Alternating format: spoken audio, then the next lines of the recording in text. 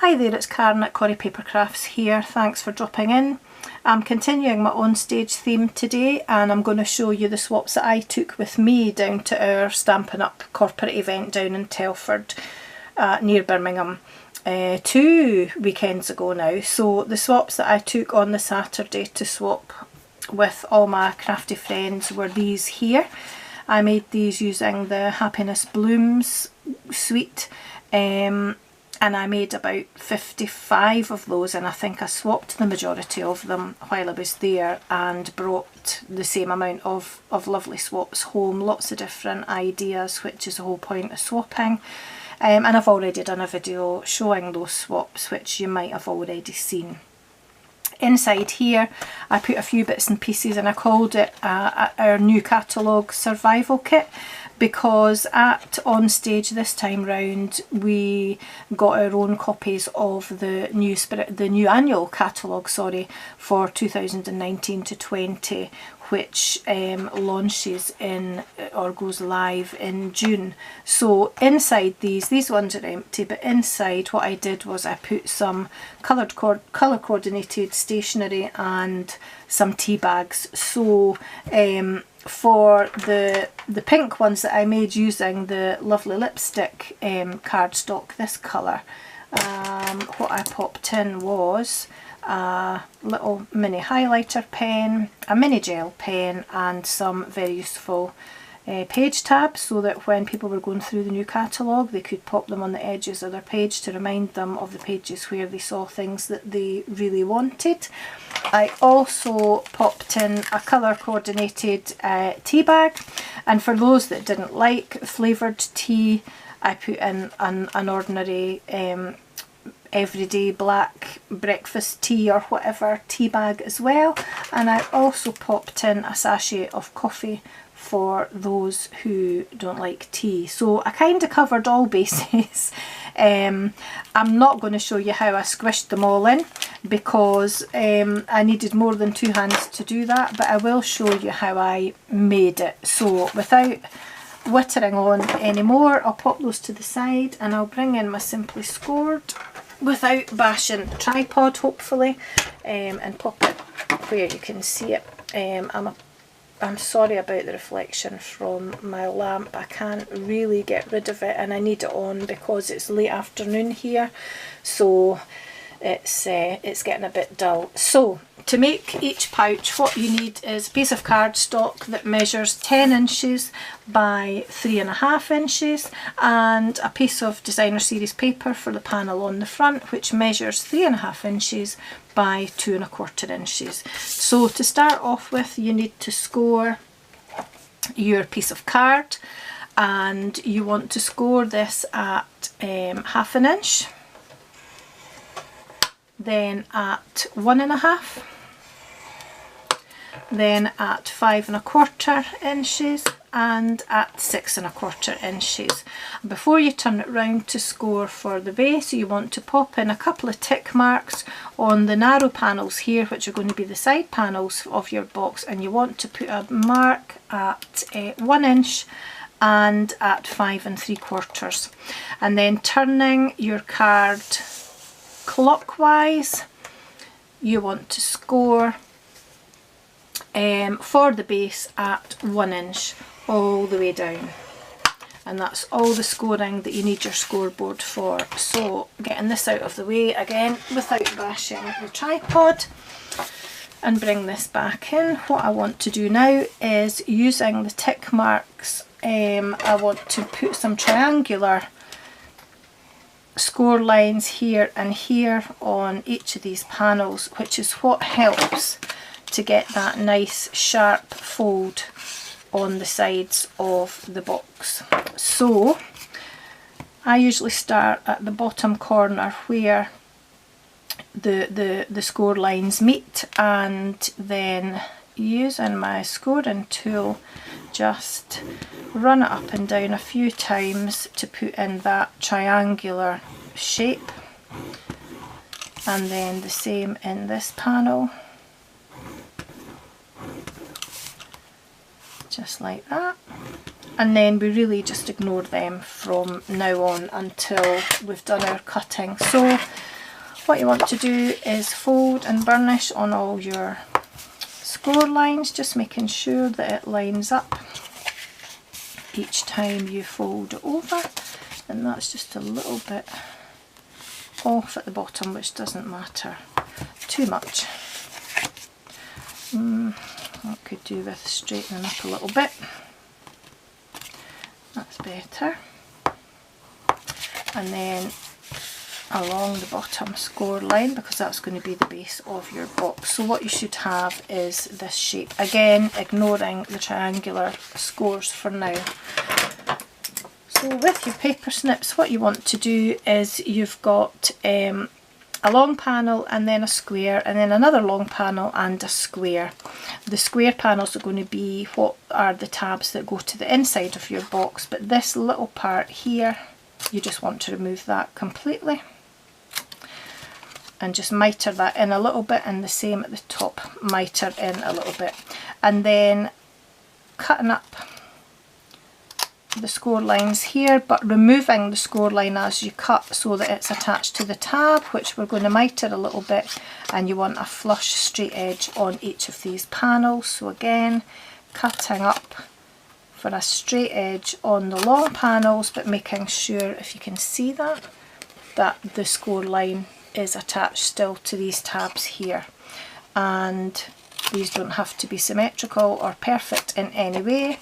You're just going to wedge that tab there and wedge this tab, oops, here.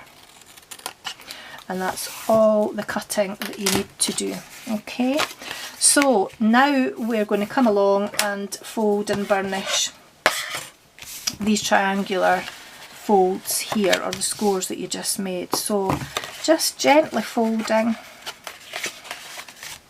and burnishing, and the same with these ones, fold and burnish and fold and burnish. So once you've done all your folding, you should have something that looks like this. Now this panel here is going to be your front panel when you put the box together. This join or seam will be at the back, which is what you want. This is your front panel, this is your front edge on the bottom, so that's going to be the edge that we put down last. So before we do anything else, what we're going to do is put some glue on our designer series paper and attach that panel to the front.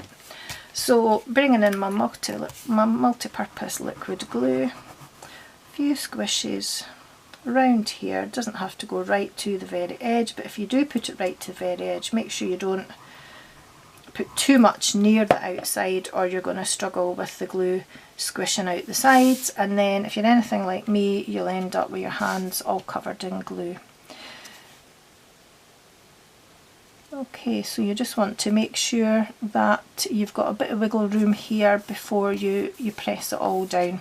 That's a good thing about using liquid glue, you've got a bit of room for manoeuvre. And that's your panel stuck on the front.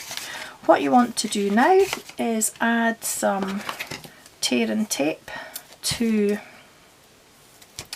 this section here, near the fold line but not right at it, so that you don't have any of your tape sticking out when you put it all together. This is tearing tape, so it's easy to tear. I like to use a ruler just to get a flush edge on it, and then a little bit on each of your inside panels just to keep them stuck down when you put your box together.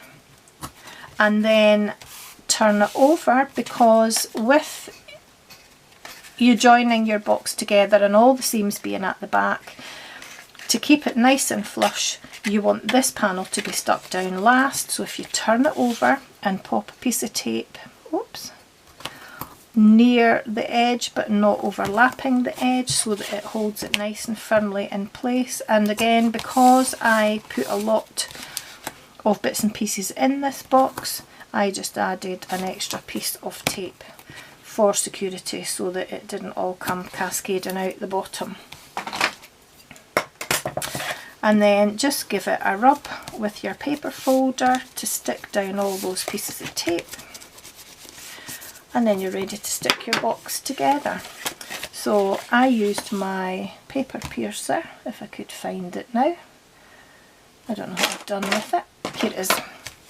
And just loosening that piece of tape, and any tape that overlaps at the side, you just need to stick that down and bring this side over and make sure it matches the top and the bottom.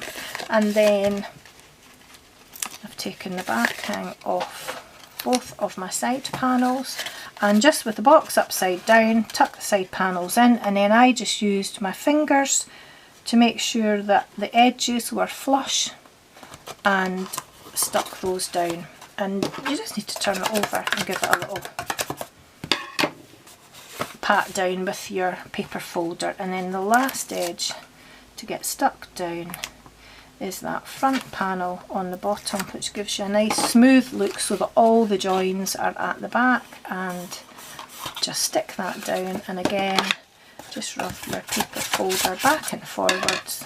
And because you've scored and folded these, when you squeeze your box together, then it goes together very easily. And then what I was putting in these boxes was,